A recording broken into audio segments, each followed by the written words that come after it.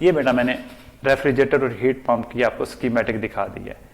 दोनों में heat transfer from low temperature to high temperature हो रहा है। यहाँ पे जो पर्पज है आपका वो है इस रेफ्रिजरेटर के अंदर कन्फाइंड स्पेस में कूलिंग प्रोड्यूस करवाना, और हीट पंप में जो आपका पर्पज है वो है एक खास स्पेस को एक कन्फाइंड स्पेस में, एक कमरे में, एक हॉल में हीटिंग प्रोड्यूस करवाना। ठीक है बेटा, पर्पज का डिफरेंस है दोनों में। हीट जो ट्रांसफर हो रही है वो against the natural direction of flow हो रही है, इसलिए हमें यहाँ दोनों केस में वर्क इनपुट देना पड़ेगा।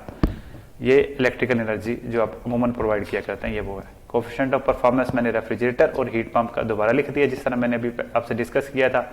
अब इनमें से किसी डिवाइस के ऊपर भी हम फर्स्ट लॉ ऑफ थर्मोडायनेमिक्स लगाते हैं। इसमें एनर्जी इनपुट कौन सी है, एक है QL और W इन।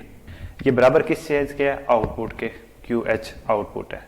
ठीक है बेटा, अब इस पूरी इक्वेशन को मैं W नेट इन से डिवाइड कर देता हूं, ये आपस में कैंसल आउट हो जाएगा, यहाँ पे 1 आ जाएगा। QH ओवर वर्क नेट, ये क्या चीज है, coefficient of performance of heat pump, और ये क्या है, coefficient of performance of refrigerator plus 1।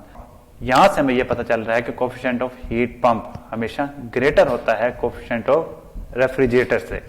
इसकी वजह क्या है, इसकी वजह यह है कि हमेशा बेटा इस इक्वेशन में आप देखें कि जो हाई टेम्परेचर एनर्जी होती है वो ऑलवेज ग्रेटर होती है लो टेम्परेचर एनर्जी से by work net term.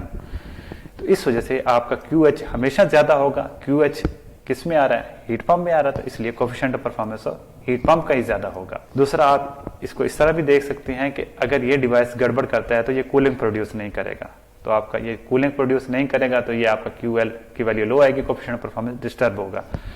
Heat pump में अगर कोई इशू आ जाता है तो ये क्या बन जाएगा, कोई इशू आता है ये रेजिस्टेंस हीटर के तौर पर काम करेगा। तो रेजिस्टर हीटर क्या करता है, वो भी एक हीटिंग ही प्रोड्यूस करवाएगा ना, तो आपका हीटिंग इफेक्ट प्रोड्यूस होता रहेगा। इसलिए coefficient of performance of heat pump most of the cases 1 से ऑलवेज ग्रेटर ही होता है। तो इस वीडियो में मैंने आपको एफिशिएंसी और कोफिशिएंट ऑफ परफॉर्मेंस के दरमियान डिफरेंस क्लियर करने की कोशिश की। अगर किसी केस में कोई क्वेश्चन है तो please ask, I am available for you. Thank you, good bye.